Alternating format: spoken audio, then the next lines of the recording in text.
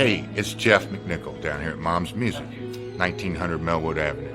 And I was just thinking, when I was a kid, the magic was at Frankfort Avenue, the Mom's Music at Frankfort Avenue. And I used to beg people to get a ride down there just to hang out with the guys and see all the cool gear.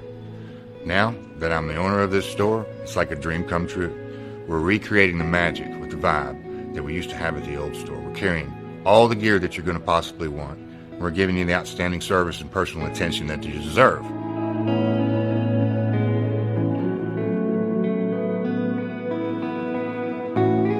Yeah, so we've got the great guitar shop here. We're carrying USA Fender, USA Gibson, Paul Reed Smith, Gretsch, Jackson, Charvel, anything you could possibly want. We're going to have it for you. Mom's is and always will be Louisville's music store.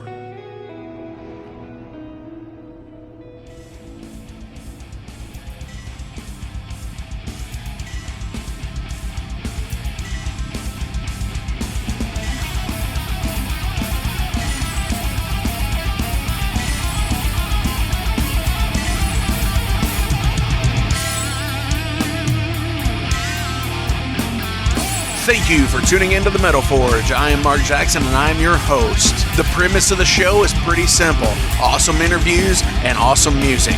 If you want to contact me, hit me up at metalforgeradio@gmail.com or visit the website metalforgeradio.com. And now let's get this show on the road.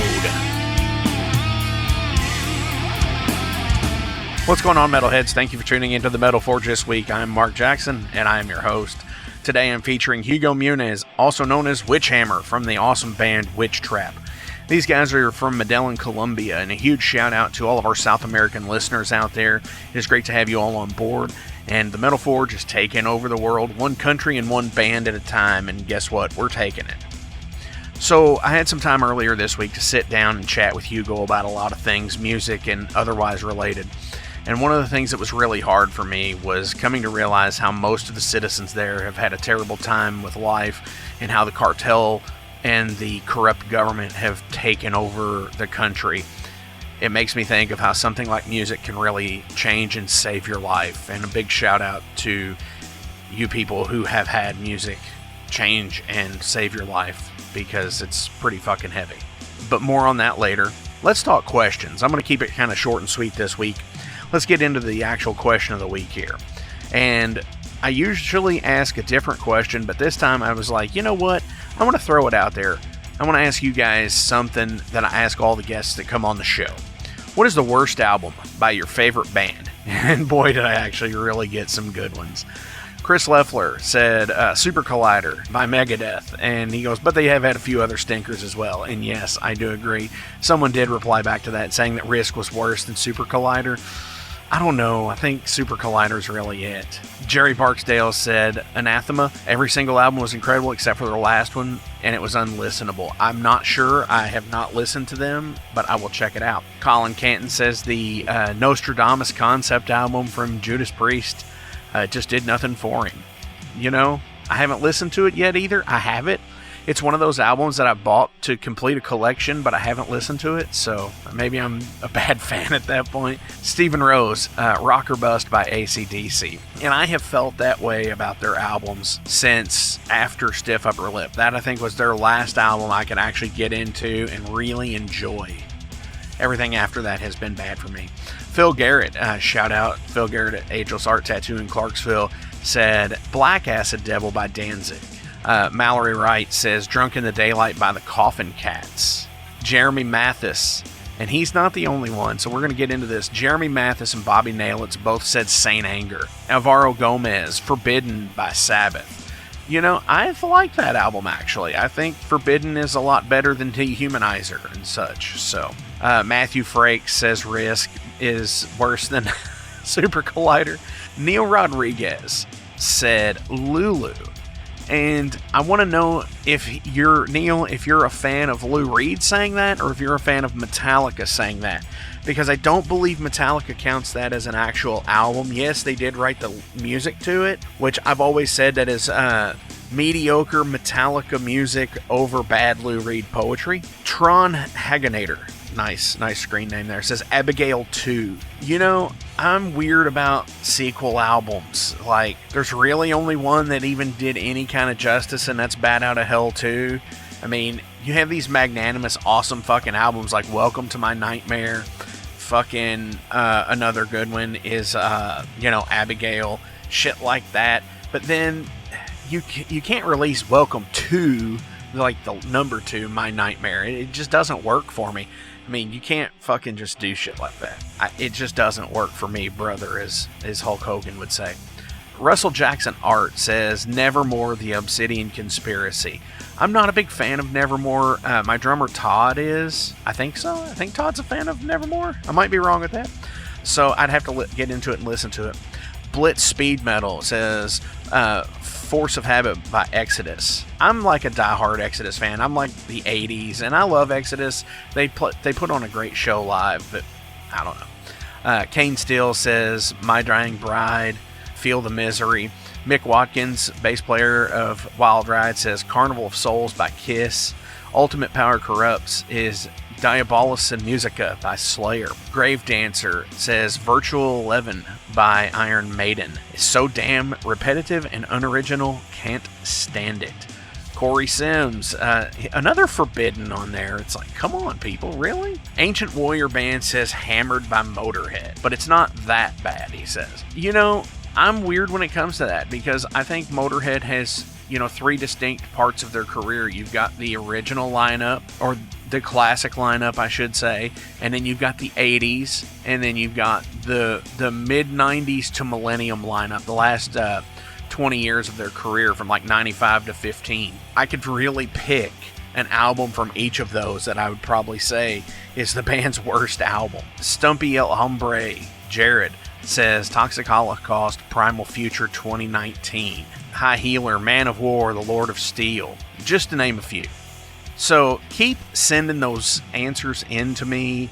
I am digging every single one of them because it gives me things to look forward to and to see what all you guys think, of music out there.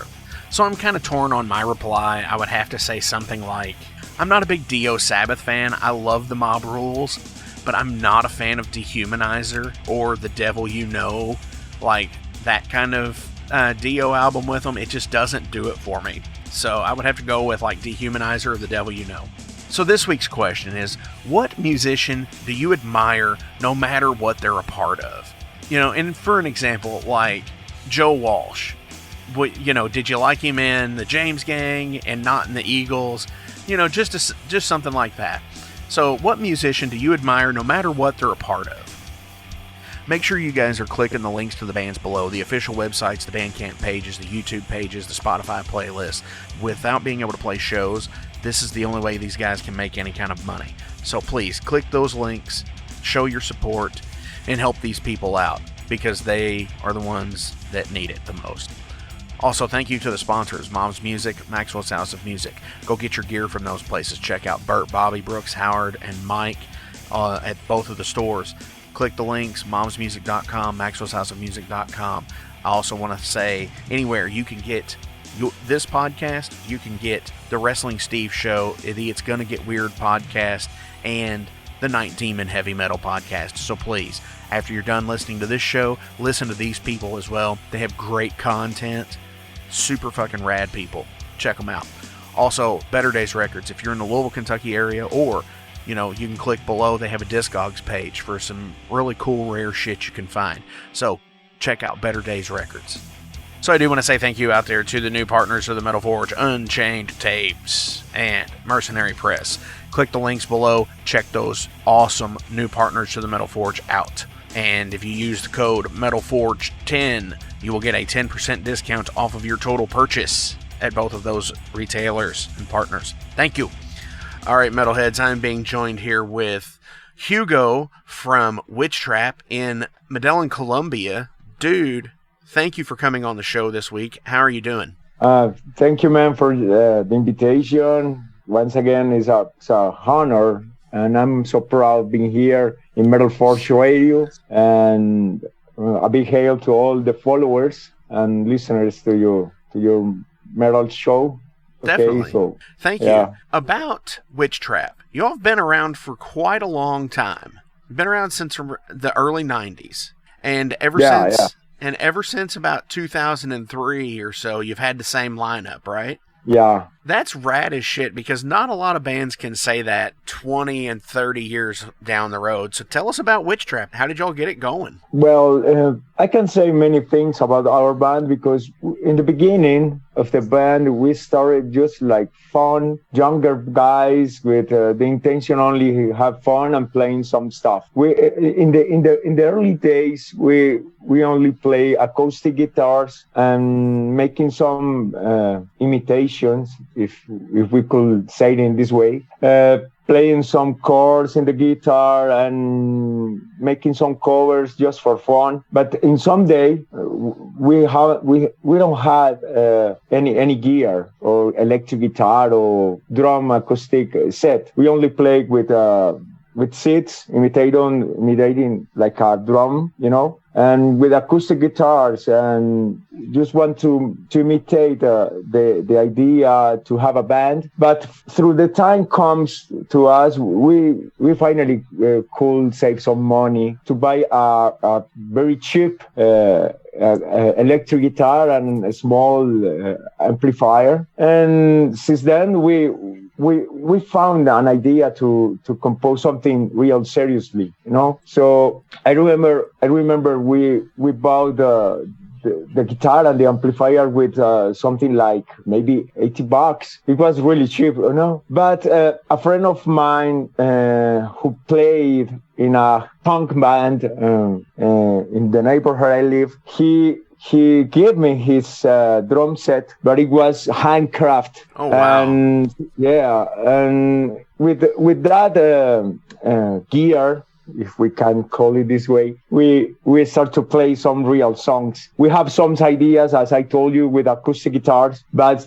since then we start to create and compose and writing stuff for our band. We initially start to playing some old school death metal, and we started a band called Dark Millennium. But after a year, I think, of playing this style of subgenre, we choose the idea to play old school thrash metal, because nobody in Colombia did it. All bands in Colombia play death metal, especially because the influence of Massacre from Colombia, or Massacre, they got some recognition in the underground scene because they record an album. I don't know if you know them, an album called Requiem, and they were pressed by Osmos Production. So this band did a big influence in every band in Colombia. But we realized we wanted to play old school thrash metal. So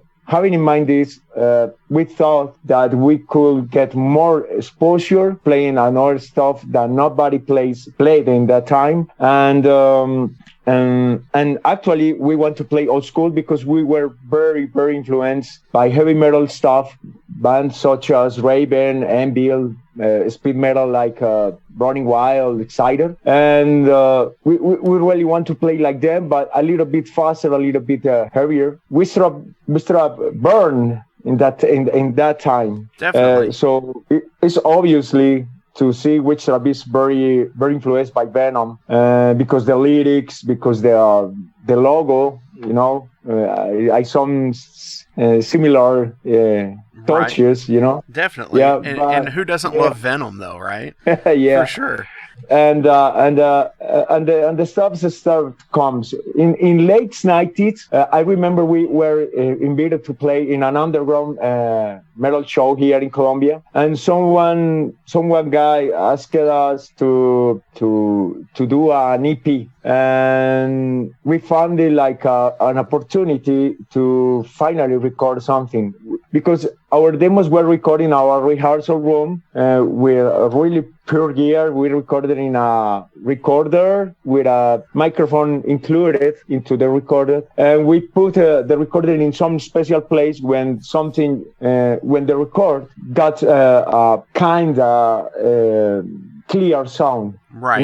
The best place in the room. Yeah. So after that demo tape, we start to record and sell in some underground shows.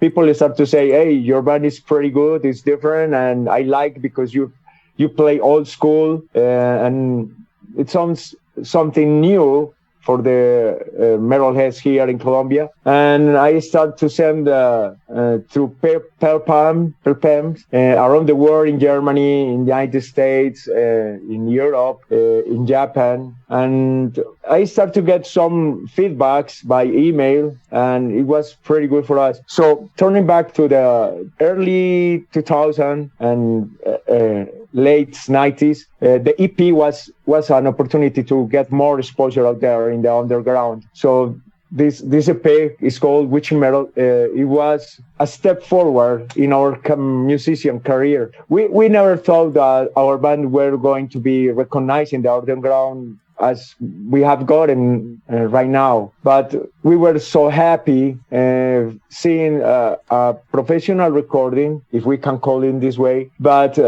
the people say outside of Colombia say, "Hey, your music is pretty good. You're doing great, and you have good stuff." And so this is the beginning of Witchtrap in few words, because I could tell you a lot of things, because we had very hard days.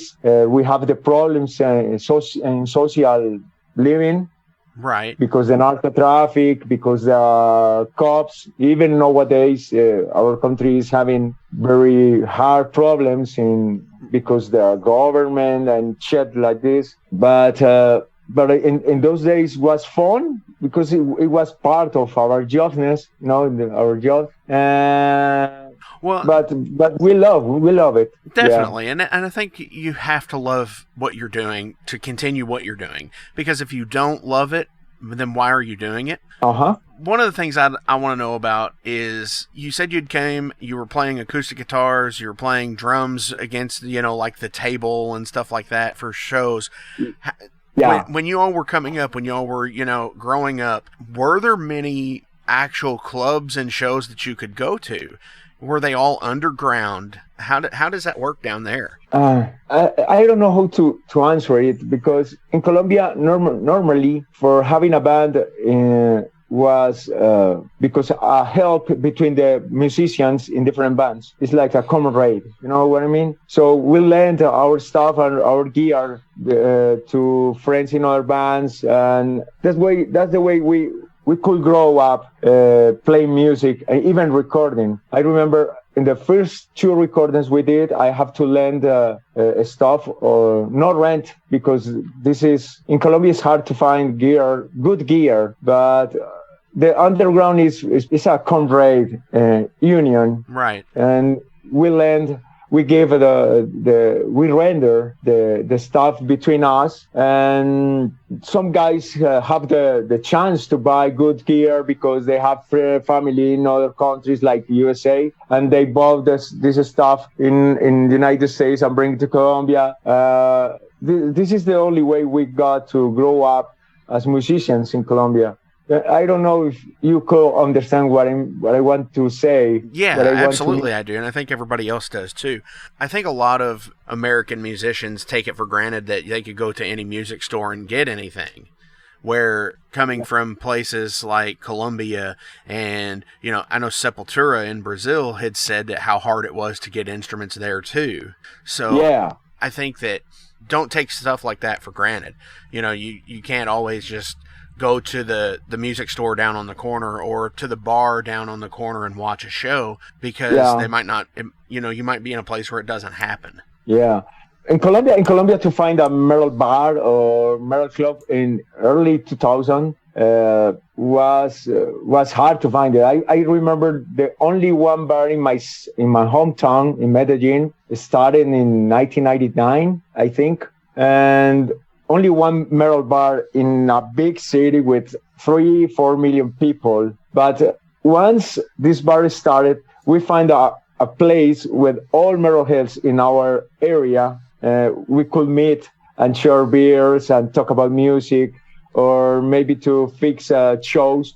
Especially in early days, 90s and 80s, we fixed shows in the roof of our homes, or maybe in the cellars. You know what I mean? Yeah, absolutely. So, yeah, even there is on YouTube, there are a couple videos where we were playing in the roof of my home with some friends, and you can see the cheaper gear we had. You can, because we have another band. We play in another band called Nightmare. It's a heavy metal stuff, and we did some covers in that show. You can find it. You can search on YouTube. But you can search Nightmare and Slayer.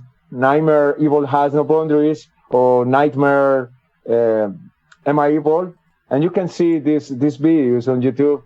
And this is the way we did it in 90s and 80s. So big festivals in Colombia never happened until 2001, 2002 maybe. And all the shows were in the roofs, cellars, or small venues where the same bands fix or book the shows, you know what I mean? So you can find something like 50, 40 people for show in those years. But once I told you the festival started to come in Colombia, we start to get up for the shows here. But as I told you, find clubs, metal clubs or metal bars here nowadays is good, because we have something like 10 bars or 10 metal clubs when people can go to different places in the city. And Bogota has a big scene, but things have changed because the time has come. So we have a big scene. Right on. Tell me. All right, we're going to take a real quick break. We're going to hear from some new sponsors, and we're going to come right back with Hugo Witchhammer Munoz from Witchtrap here at the Metal Forge.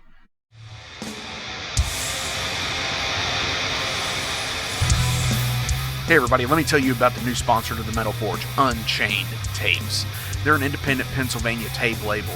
They focus on extreme metal and punk with a killer approach to the tape scene. Visit their web store at unchainedtapes.bigcartel.com now to get your fill of tapes. And for being a Metal Forge listener, enter the code METALFORGE10 at checkout to get a 10% discount on your total purchase. That's unchainedtapes.bigcartel.com.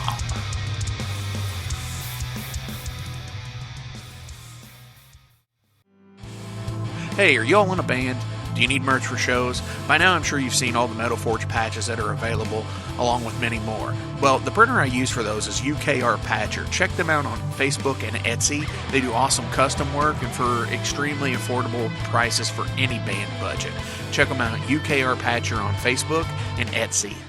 Y'all released the first full-length back in 2002, the actual full-length album, and you've released 5 total. And you're getting ready to come out with a new EP here in June. Is that correct? Yeah, the first album was Sorcerer's Badge. It was done in 2002.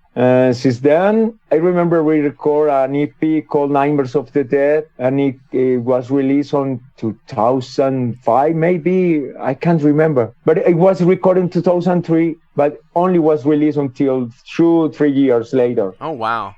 Yeah, it looks like here it's showing 2007 here on the Metal Archives. Oh, okay. I think it was going to be released by a French label, or the Alice Records. It was going to be released in 2005, but they broke. So since we released it on 2007, after we released our album. Our second album, No Anesthesia, it was released in 2006, and the next year we did the EP I told you. But all the process about our band, it was slow but continuously. I mean, we did something between 2-3 years, and we have a big discography. But if we have in mind, there are hundreds and thousands of bands around the world. To do an album year by year, it could be get lost. in amount of old bands, but once you create some anxiety in your fans, we think is good, because when you release some stuff, no matter it's an EP, a single, or a full length, the people is going to put their eyes to new stuff, because it's the anxiety you create on them. Because all people is asking you when you meet them in bars, shows, venues, and they asking you all the time, hey, when is the new Witchtrap album? When is the new stuff you're going to release? And when we realize there are some 3 years, maybe 4, sometimes 5, maybe, we know this is the real time to do something new. Right. Yeah. And I think the more stuff you put out, the more fans you can make, which, I said, brings me to June, where we're going to have an EP called Witching Metal coming out. Yeah, Witchhammer was coming in 2000, and it was fun. We recorded on six track recorder. It wasn't a kind of professional studio, and we recorded on tape. Wow! And it was a big experience, because we never do something like that, never in our life. And I remember the sound engineer in the studio told us a lot of things we have to do to make a good recording, and we were very surprised how was the process to record something. But the Witching Metal was a big experience to learn how to do a good record. So we have a very low budget to do it. Very low. I remember I spent something like $100 to record this EP. It's a lot of money for us in Colombia, right, especially in those years. But it was a big experience. When we recorded this EP in 2000, it was on the Holy Week. It was done on the Holy Week in 2000, and we thought, the next album we are going to record in the same studio, but we are going to use another recorder he had for because it was for 16 tracks on tape, analog system, and we fix every detail to do the Sorcerer's Speech a better production than the Witching Metal EP. Even Witching Metal is right now re-released by Hell's Headbanger Records, our label around the world. They have do a good job with Witchtrap, and I think in a month it's going to be released on the vinyl again, and the CD is now on sale, But Witching Metal and Sorcerer Beast were a couple big experience to learn for us in the band, because we had never done something like recording in an analog system, and all the things we have to do a record session, because we play on the same time all the instruments when we record our demos. So recording especially each instrument by separate, it was wow, this is the way to record an album. And the engineers let us know, yeah, guys, you have to record each instrument by separate. Wow, amazing. Definitely. So these are songs that were originally recorded in 2000. Wow. So, but the music was composed in 1994, 1995, maybe. Wow. So we have a lot of stuff to record in 2000. We have something like, well, you had 8 years of music to record. Yeah, because we have. You didn't work on just the same stuff the entire time. You wrote new songs as you went. I get that. Wow, So you're doing the stuff that I wish these bigger bands would do, like like the Metallicas and the Iron Maidens, where they write these songs years and years and years ago, but never actually put them out. You're doing one of my favorite things ever with this, because I want to hear the stuff that didn't make albums, just to see what the album would have been like. I think I don't know how to do them, to compose and play in tours in the same time. But a band like Witchtrap is an underground band. We record and practice the song and play some shows in some cities, maybe a tour by a year, but you rest by another year. So we have enough time to compose and write stuff. But the big bands, have to do the at the same time touring and composing and writing. It's different because we are an underground band. Right. We are an underground band, and we have enough time to record, to compose, to write, and time aside to touring. It's in different ways. For sure. Maybe some ideas comes where we are touring, but not in the way like Iron Maiden, like Metallica, stuff, bands like them. Yeah, it's different. But anyway, it's fun when you are touring and some ideas comes to compose, Definitely. Yeah. And what I mean by that is, like, yeah, they get together and will session write for 6 or so months, and then they will produce an album, which will take up to a year to create, and then they'll tour on that for 8 or 9 months. Granted, a lot of the bands these days have drastically dropped their tour scheduling down, not necessarily just because of they're getting older, but play less shows. I think it means more that this might be the only time you get to see them on this tour kind of thing. But I want to hit on the artwork here really fast, because looking back through No Anesthesia, Vengeance Is My Name, Trap the Witch, Sorceress Bitch, Evil Strikes Again, they have these, in even Witching Metal. Witching Metal to me is a little bit different, but we'll hit that in a second. But all these other albums have such great artwork that's total thrash.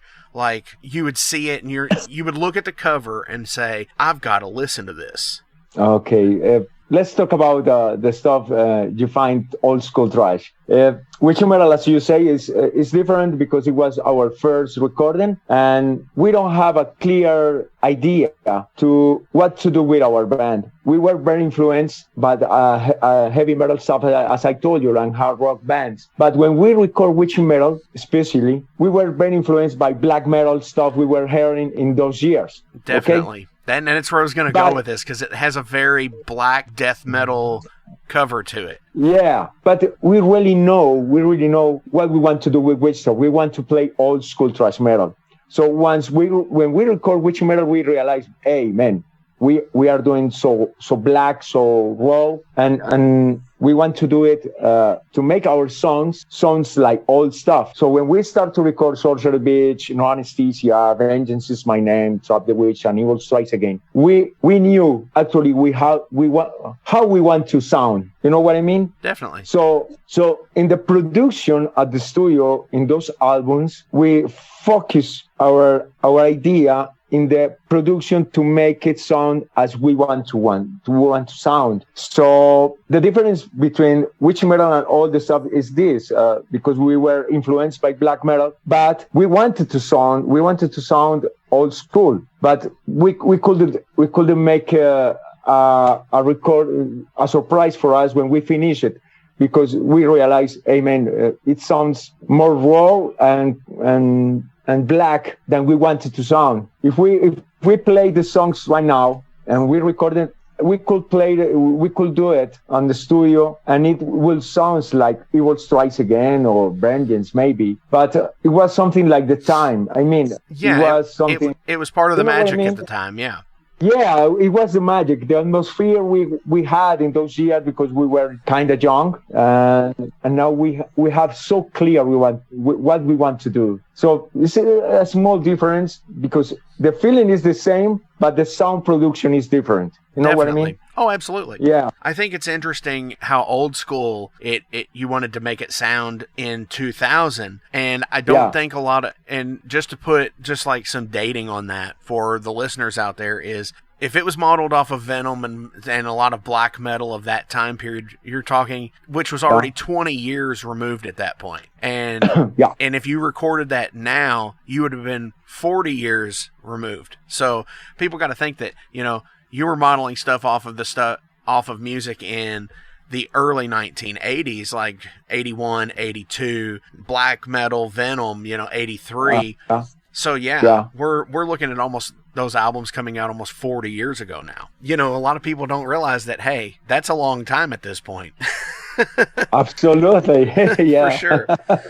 So with the pandemic, this has been one of the things that's been a constant in the show, because it's affected everybody. Yeah, absolutely. What are you all doing next with the band? Okay, I could start saying that in the last year, because the pandemic, we have to cancel a couple tours, one in the United States and other in Europe. It was going to be our first tour in Europe. But having in mind that we couldn't play in many places because of COVID and this shit, we start to compose and writing stuff. Right now we have 8 songs. Wow. Ready to record, and we are doing the pre-productions for record a new album. Maybe we are going to start to recording on July or August, and we want to have it ready on December or maybe January into 2021, and we will see what happens in coming days. We are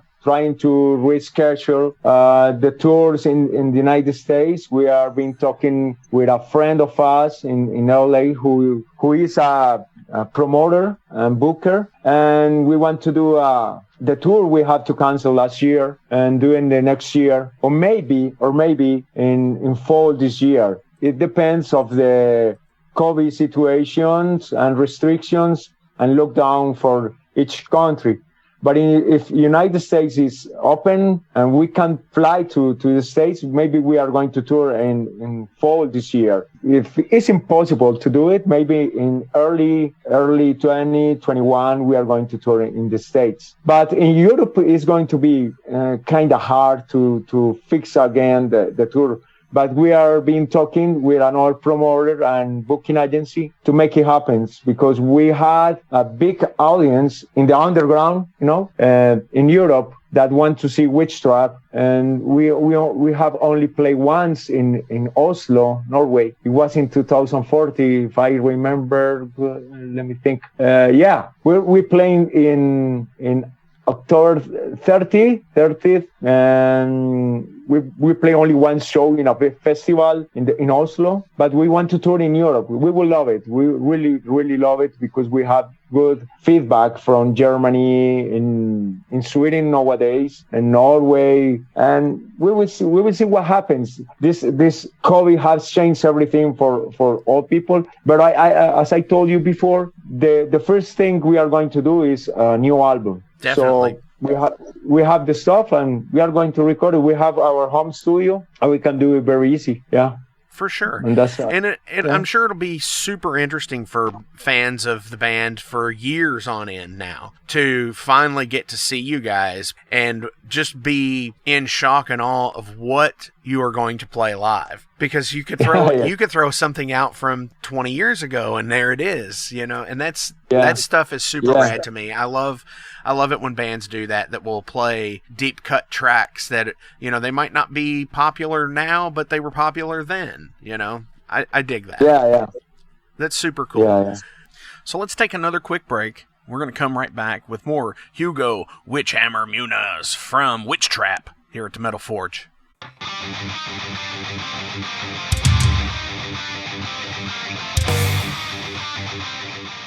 Hey, let me tell you guys about Mercenary Press. They're an independent London label and distributor of all things metal. Mercenary Press delivers the goods from their own independent zine. Trust me, you're going to want to get in on that.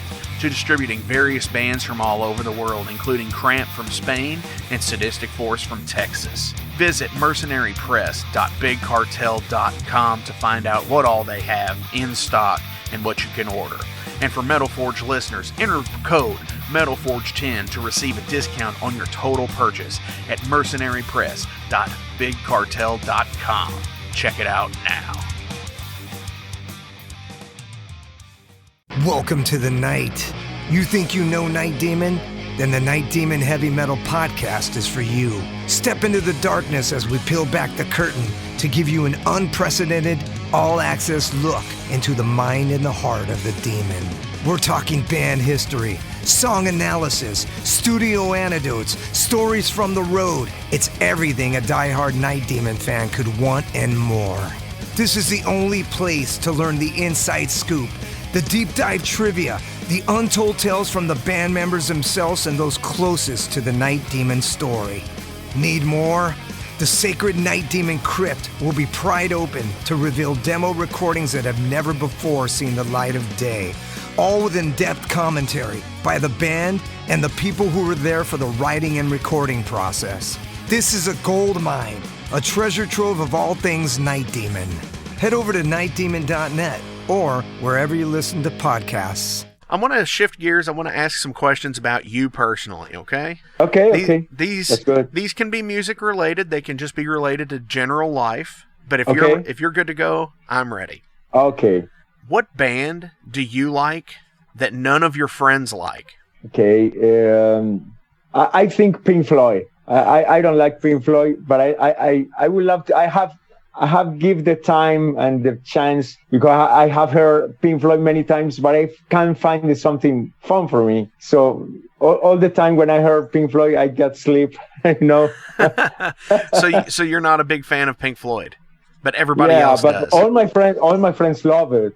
But I can't. I have tried many times, but I can't. Understandable.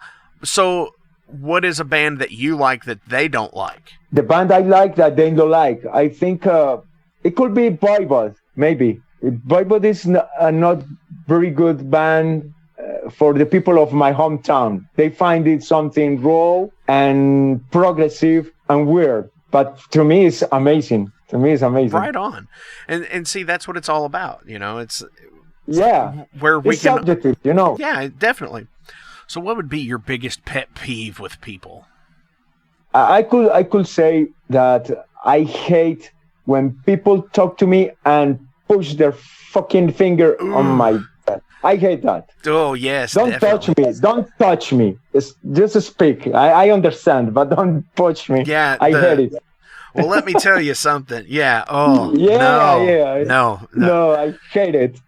It made me get angry, You and me both, because I'll have somebody come up and be like, put their hand on my shoulder and be like, hey, what's going on? And I'm like, no, don't do that. No. And I'm just yeah. It's like, get off, man. What are you doing? Okay. What advice would you give your younger self? What the hell? It's a hard thought. I don't know, man. Actually, I don't know. It's like when you have something to do and the things doesn't run like you think is going to happen. I mean, I am a very patient person, so for me, it's easy to handle everything. You know what I mean? Right. But I can't answer this. Okay, no, I get it. I mean, no. I mean, you seem like, even just talking to you the short time that we've been talking, you seem like a guy who just lets things happen naturally and let them come as they do. Yeah.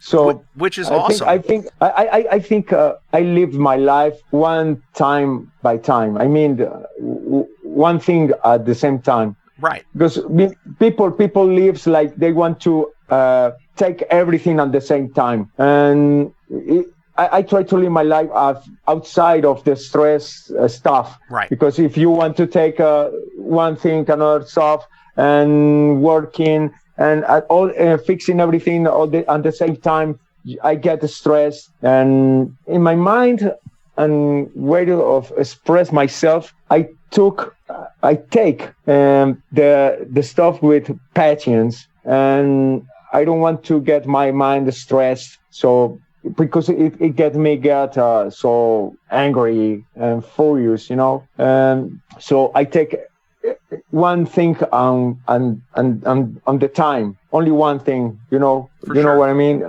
And when I saw people that manage a lot of stuff at the same time, I think, what the hell? How he did to do that? I can't. Maybe the girls can handle this, but not a man. The men, we attend only one thing at the time. Right. No, a lot of stuff. It's what they say is like small picture, big picture. Like you focus on the corner where somebody else focuses on everything. Yeah, I get it. Black Sabbath or Led Zeppelin, if you had to choose. Black Sabbath, absolutely. Right. I don't think there's any other answer to that question. If you had to choose denim or leather. Denim. Denim. Yeah, because you live in a temperate climate where it's like hot all the time. So yeah, leather would be rough. The weather in my country is tropical. Right. So leather, to dress leather here is like being inside a hell, you know. For sure.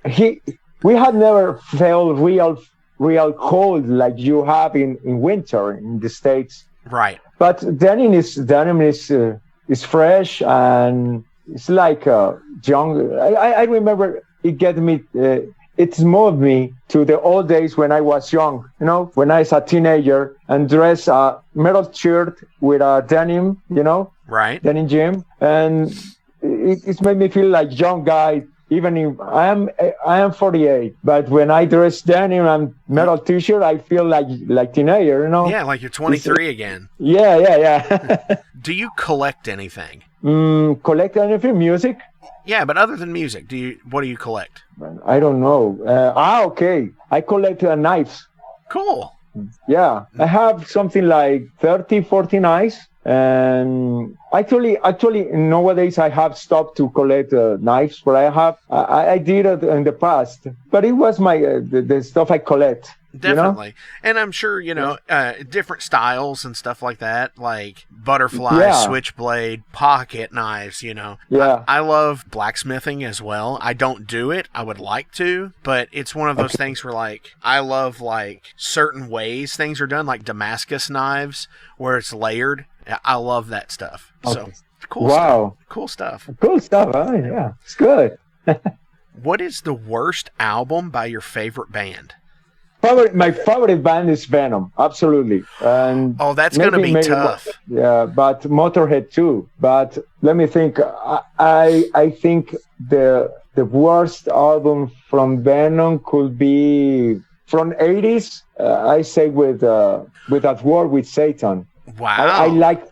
Yeah, I think my favorite is Welcome to Hell, then Black Metal, and then Possessed. I'm talking about the 80s stuff, okay? Right, yeah.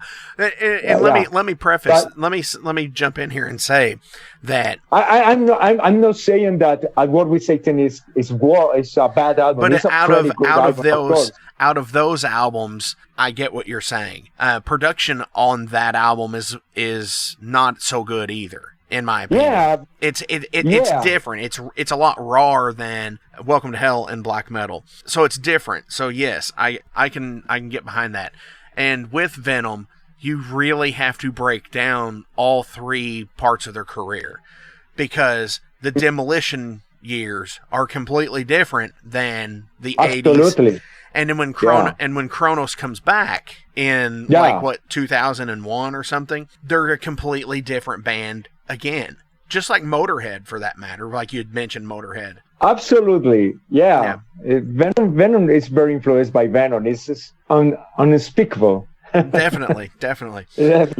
So I could get behind that, with being the worst album of that era for them. Like I said, it's because I think production, the CD art and the vinyl looks great, but the audio production is just different. Pretty different. Yeah. I think they lose something in the style and the magic they had. The production in many bands has making big difference when you hear it.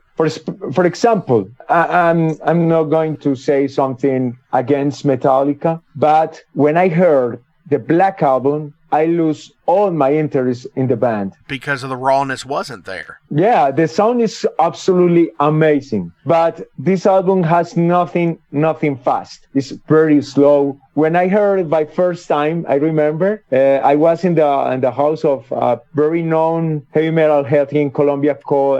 His name is Mauricio Montoya, but all people call him Bull Metal. He was very known in the underground scene, very, very known, I think. And we were hearing this album by first time. And once the album ends, after where is the fast song? Metallica has at least two fast songs on each album. Right. It's like Battery, like Fight for It with Fire, Tapper on the Rise, Damas Incorporated. Dire Sieve is a very fast song. But the Black Album is slow all the time. I think the faster song is Enter Sandman, but this is not fast. It's only a funny song, you know. I mean, to absolutely. have fun, but yeah, a radio song, but not a fast song like they used to do it in early days. So having in mind this, when I heard that War with Satan, I found the longest song and the same title song. What the hell? This is not Venom, and the production is different. When we are talking a few ago about, and we found this different, and it was not catchy to me. Definitely. And it's important when music is catchy, because when you get when you do a good chorus, when you do something catchy riffs, the people get connected with music, and this is important. No matter if the production is good or worse, when music is catchy, when music has feeling and groove, you are trapped like them. You know what I mean? Definitely. So, and I think that same thing, what you're talking about, like you said you got disinterested with the production on the Black Album because it changed. That's when they really did change. I think with Iron Maiden did the same thing. Their production changed on Peace of Mind. And yes. And because don't get me wrong, I know that everybody loves that album, but you know, the predecessor, like Number of the Beast, and then what came after, it's sonically different. And where I love Revelation and, you know, stuff like that, If Icarus Could Fly, where I love those songs, and everybody else loves The Trooper. Oh yeah. But it just sounds lower mixed, and it kind of almost kills it for me, because I'm just like, but it's not as loud as everything else, and I'm just like, what am I gonna do? Yeah. So if I listen to Number and then that, and I'm just like cranking up the volume, and I'm just like, no, I don't want to do that, because then you get the hiss. Yeah. What is your most unpopular music opinion? I hate the popular music from my country. I don't like it a lot. But nowadays, reggaeton is shit music. But I respect whatever is done in music. But I put my eyes and my ears only on rock and roll and heavy metal stuff. Right. In Colombia, it's fun. It's fun, the thing I'm going to tell you, because in Colombia, metalheads used to do the word poser, not for the people is like you used to do it. Like people is like very fashion, you know. Right. No, here is different. Poser is like a people that listen another kind of music different than metal. Okay. This is the concept. This is the concept we have in Colombia. So it looks like a radical attitude, you know? It's the way we live it. It's the way we build our attitude to live metal. So in 80s, I remember when you get into the metal scene, the old ones look at you if you listen another stuff different than metal. So once they realize you are only into metal, they open the space to learn music, to share stuff, to home trades, you know, recording home tapings. But it's our way we live metal in Colombia. Even in Colombia nowadays, things has changed a lot, because nowadays people have an open mind. But for us, we are older into metal. It's kind of manage this. It's kind of hard to manage this way of thinking. But we understand, because we respect every way of feeling and enjoy music. So if you ask me what I hate of popular music, I hate everything. Definitely. Don't get me wrong, you know. Don't get me wrong, please. I don't like to listen to pop. I don't want to listen boleros or salsa or vallenatos. I don't hear nothing like that. Maybe I heard some stuff like Creedence Clearwater Revival. It's kind of rock and country. It's a good mixture. Yeah, I love them. I love them a lot, but my ears can hear another different than that. I mean, my spectrum of music is only into rock and roll and heavy metal. For sure. I mean, I I can hear grindcore, brutal death metal, and have no problem. But if the stuff is different of this spectrum I told you, my ears can support. Definitely. Yeah. Don't get me wrong, please. No, I get you 100%. Before we go, do you have anybody you want to say hey to, give any shout outs to? But to say thanks to people, because being a heavy metal man from Colombia, a country far away of the mainstream, I want to say thank you to all people that have given a chance to Witchtrap to be listened and enjoy our music, because we know we are underground music. We are an underground band. And I'm thankful from the bottom of my heart to all of you to give the chance to listen to our music. It's hard for a Colombian band being known, people from other countries. It's hard to get a good distribution, to find a big audience in other countries.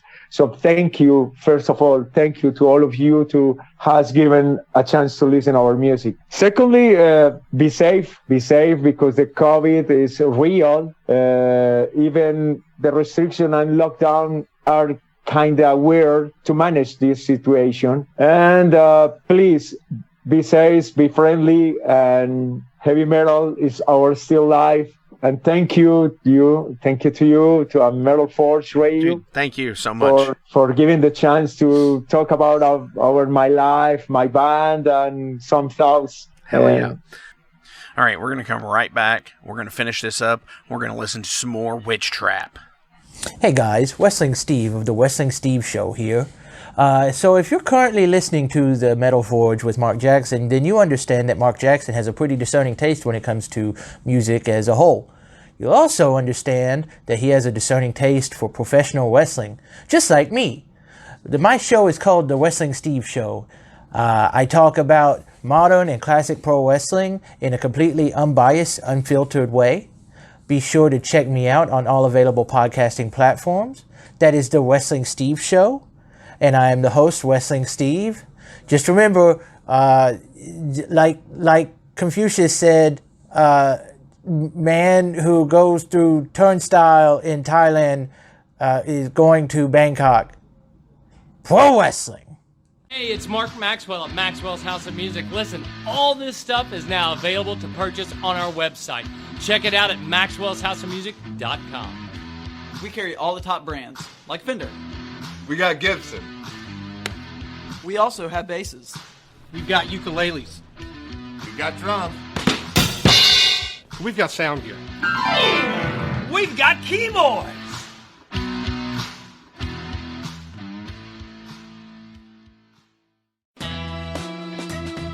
Hi, this is Frank Green from the It's Gonna Get Weird podcast, a podcast I host with Scott Clark. You're gonna get everything you need on the podcast. Lots of laughs, lots of music, some sports, and maybe some inappropriate shit. Usually that's Scott's forte. Check it out. It's Gonna Get Weird. Apple Podcasts, Spotify, Google Play, and everywhere you get your podcasts online. It's Gonna Get Weird. I tell you what, if you don't get out of here and make it fast, I'm gonna put my foot right in your ass. Oh! Hey! My last question. Okay. Is what album changed your life? I have one album. It was Kill 'Em All. Absolutely. I'm going to tell you something. Before I was metalhead, I was 14 years old, just a teenager, and I listened to salsa a lot here in Colombia. And I was a kind of nerd person. I only dedicate myself in those years on study and practice on basketball. Nothing more than that. I get into metal because I have to do a homework for the classroom about the rock story. And I found this album to do the homework, and I was searching something, and it was the year 1997. It was on February on this year. And I discovered this album to do the homework for the classroom. You know what I mean? So once I heard it, my mind blows up, you know. What the fuck is this music? It's amazing. To me, it was absolutely amazing. And one song, the second song, the third song is yo. And me, I thought, what the hell? This is real music. This is fucking amazing. This was the music I was hope to hear someday. It blows me away, So I stopped to listen salsa forever, and start to listen only metal, because Kill 'Em All changed my way of see the world, my way of listen music, my way of live my life. Since then, I start to find people that listen to heavy metal in my neighborhood, and I find couple friends that listen metal, real metal, and then I discover Motorhead, Slayer, Destruction, Celtic Frost, Possessed, Death, Sepultura. Then I discovered Saxon, Iron Maiden, but Kill 'Em All was the album who trapped me and changed my life forever. Nice. Forever. Even today, I listen to Kill 'Em All. I was a teenager, and each song to me is fucking amazing, because the guitar tune is amazing, and the energy has this album is, believe it or not, I think this is the best album ever done. Ever. I don't care if Metallica has become a poser band. I don't care that. But Kill 'Em All for me is something in the top of the world. Yeah. I love this album. It changed my life. And I think my life in those years in Colombia, because the narco traffic was a kind of civil war inside of the city, because all days were deaf people, because the guerrilla and narco traffic, they're fighting for places. Even I live in a neighborhood was very affected because the narco traffic, because Pablo Escobar. But Kill 'Em All and metal music put me outside of this kind of living. Right. So I dove my life to metal, and I own my life forever. If I keep living as I was doing in those years, maybe I will not alive today. Maybe I was killed or murdered in those years. Right. Almost all my friends, my neighbors, were killed. Almost all of them, because they are living into narco traffic, listen to salsa and stuff like that. But metal people, all of them, we are alive nowadays. Right. So Kill 'Em All for me is everything. It was a lifesaver. Yeah, a lifesaver. Absolutely. Wow, man. That's so moving to hear somebody say something like that how an album did actually, change your life. Change my life. I mean, not even from a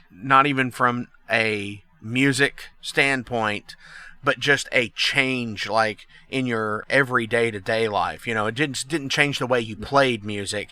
It did that. Don't get me wrong, but it changed everything in your life. Not just your musical, not just what you listen to. Yeah, dude. I have to tell you about the story. Yeah, that's super heavy, man. Yeah. I love metal as part of my life. So it's good to realize nowadays that metal changed my life for good. Definitely. So I'm going to play a song here on the way out from the new old witching metal. What do you want me to play off of witching metal? You know what? My favorite song from this album is Command of Hate. It's my favorite song. Hell yeah. So that's what we're going to play then. Dude, Hugo the Witchhammer, I love that. I never had one of those names. So it's like super cool that, you'd have a nickname and everything with it. But seriously, Hugo, thank you so much for coming on the Metal Forge this week. It has been an honor talking with you, and I hope to get to see you all on tour soon. No, thank you. Thank you to you, brother, for giving me the opportunity to share my stuff, my thoughts, and talk about metal. It's something that I am passionate to talk about metal. It's the best thing I live. And thank you, Metal Forge Radio. Thank you, sir. Hell yes. I love you guys. And best regards for all of you. And listen to metal. Keep the metal flame alive inside of you. And have fun as much as you can. And hope to see you once again. And hopefully we can meet on fall this year in the States, because we are going to tour. If it doesn't happen this year, absolutely in 2021 we are going to do it. we love North America because you have given a lot of support to Witchtrap, and we are thankful from the bottom of our heart for all your support. Thank you so much. Definitely, dude. Be Thank metal. you. Hey, thank you all for tuning into this week's episode of the Metal Forge. I want to take a minute to remind you guys about the Patreon page. Over on the Patreon page, we have the tiers set up to support the production of the show. We feature the Down and Dirty, which is just $1. There's nothing special for that one, it just sends me a thank you because every dollar helps. Then there's the Double Down and Dirty. Much akin to the Down and Dirty tier, everything helps produce the show in the end. You make your presence known, and I appreciate that more than you realize. Thank you for being a dedicated friend and supporter to the Metal Forge. By selecting that tier, you will receive some cool Metal Forge stickers in your mailbox. Now, we're really going to start pounding the metal madness with the Apprentice Metalhead for just $5 a month. By becoming an Apprentice Metalhead, you'll be given early access to the shows, published 24 hours before everyone else gets it. You're also going to receive 3 entries in any contest that we do here at the Metal Forge. You're also going to receive a 10% discount on all Metal Forge merch, and you're going to receive a sweet Metal Forge patch for your battle jacket or backpack. And now, here is the big one. This is the Master Metalhead for just $10 a month. By becoming a Master Metalhead, you will receive a hand-numbered Metal Forge Master Metalhead membership card. You're going to be given early access to the shows as well, with 36 hours before everyone else. You're going to receive 5 entries in any contest that we do here at the Metal Forge. You'll be able to submit audio questions that I will use on the show of you asking questions to the upcoming guests. Remember, timing is everything, and you will need to keep up with the upcoming guest list on the website. You're also going to receive advanced knowledge of any new merch coming out and be given a 25% discount on all Metal Forge merch. And you're also going to get all of the other rewards from the other tiers. So visit patreon.com/Metal Forge Radio today and help support the Metal Forge. Rock on.